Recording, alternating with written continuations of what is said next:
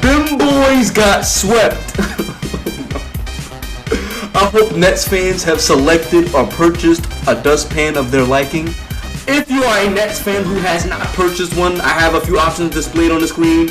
And look at this, I got this little $24.99 option available for you all. And KD, you bring your little ass here. Your ass like a cat whisker dipped in chocolate, boy. You little angry, you look an angry ass stick, boy. You look like an upset eyelash. You look like an intimidated praying mantis. I'm not gonna. Alright, let me chill. Alright, enough of the trash talk. We gotta keep it professional.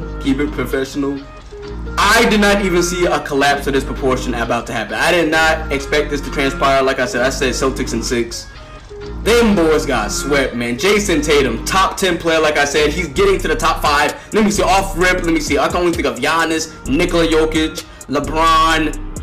I'll still say KD's better overall right now, even though he just got swept. Jason Tatum's clearly on a better team. But Jason Tatum's like 6 or 7, like right underneath Luka, man. He's right at like 7, man. He's better than a lot of these people. I probably got to put Kawhi in there maybe. But he's definitely top 6, 7, maybe 8 the lowest. He's top 10 for sure.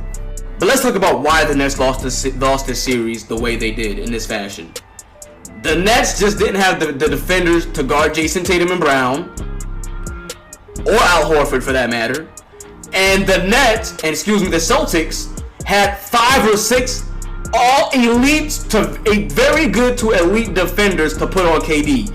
Jason Tatum, two-way elite scorer. Jaylen Brown, two-way all-star caliber player. Al Horford, 6'10", can switch out on the perimeter and guard KD, make him take long contested twos. Marcus Smart, he's 6'4", but he's feisty, and he's the defensive player of the year. Then you have Robert Williams come back, and he's a defensive player of the year candidate. They legitimately had so many people who could Grant Williams, that's crazy. You could have somebody come off your bench and guard KD well. That's insane. They were just overmatched, overpowered. I thought it would be like 6 games.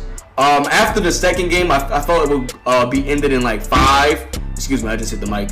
But it's just crazy. I really did not expect this. The Nets. What they had, it was coaching too. Coaching was a big factor in this. They didn't have his defense and coaching. Coaching because they didn't have any set plays.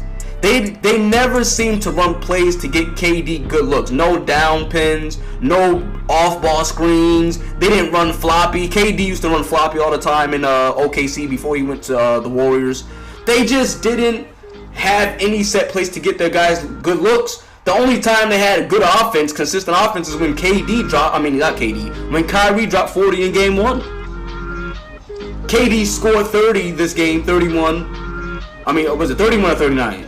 Oh, okay, no, it was 39 on 31 shot attempts. That's what it was. Not efficient, nowhere near a standard Kevin Durant prototypical game. Clearly his best game of the series, I'll give him that. I would say that was probably his best game.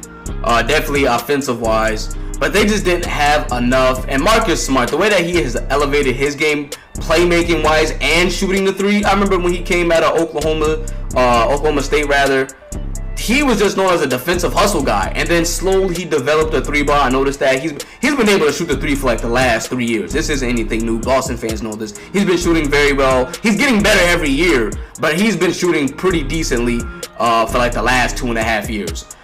But Marcus Smart, to elevate his playmaking the way he has, the way he's progressed, because I believe he was a lottery pick. He definitely was a lottery pick. I would say he went top 10 because he was very popular. I remember his high school and college mixtapes going crazy. Now let's just talk about where do I think the Celtics are going to go from here. I have them beating the Bucks in 6 or 7 next round. By the way, I did say the Bucks would beat the Bulls in 5 games. I said that even when the Bulls stole a game, the Bulls won. And people were like, oh, it's going to be a good series. I said Bulls will lose in 5, and it's looking like it might happen.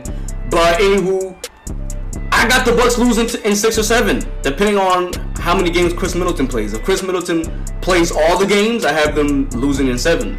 If Chris Middleton is out more than 1 game, I have them losing in 6. So that's where I am with it.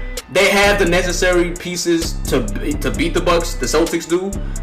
Same thing. They have Grant Williams, Jason Tatum, Jaylen Brown, Al Horford, Robert Williams is back. Not Aaron Baines, excuse me. Thias, however you say his name. We have bodies to build a wall, and we've beaten this team.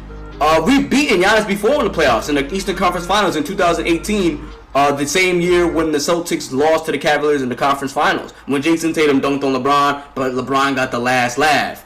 This team has played against this team. We're very familiar with them. We know what they like to do. We know what they can't do. Now, granted, they didn't have Drew Holiday. I admit that. But dang it, Jason Tatum and Jaylen Brown, especially Jaylen Brown. Jaylen Brown was nowhere near the star he was in 2018. Jason Tatum was a bordering all-star. He didn't make it, obviously, but he was still young, but it was clear he was going to be a superstar, or at least an all-star back then. But now he's a clear-cut superstar. Jaylen Brown is a solid all-star. Marcus Smart, low-key, has been playing on a borderline all-star status. You know what I'm saying? Like, inconsistent. Like how Kyle Lowry was back in the day. That's what he reminds me of right now. Elite defender on the perimeter.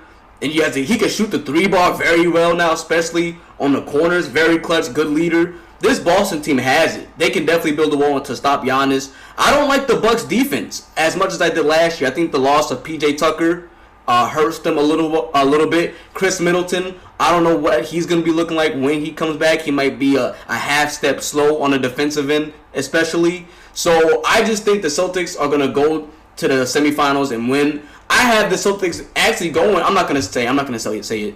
Just go watch my playoff prediction video. If you want to know how I felt about the entire playoffs, go watch my Celtics prediction video. But thank you guys so much for watching, man. I know we had to roast Katie. You know I had to do that as a Celtics fan, as Jason Tatum being my second favorite player, because Rondo's still in the league. You know how I feel about that. Rajon Rondo is my favorite player until he retires, which is looking like he might this season or next season, within the next 2 years for sure.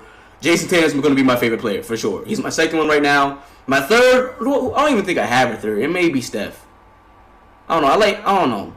I don't know. Anywho, thank you guys so much for watching. I'll see you in the next video, and I'm out. Peace. Hey.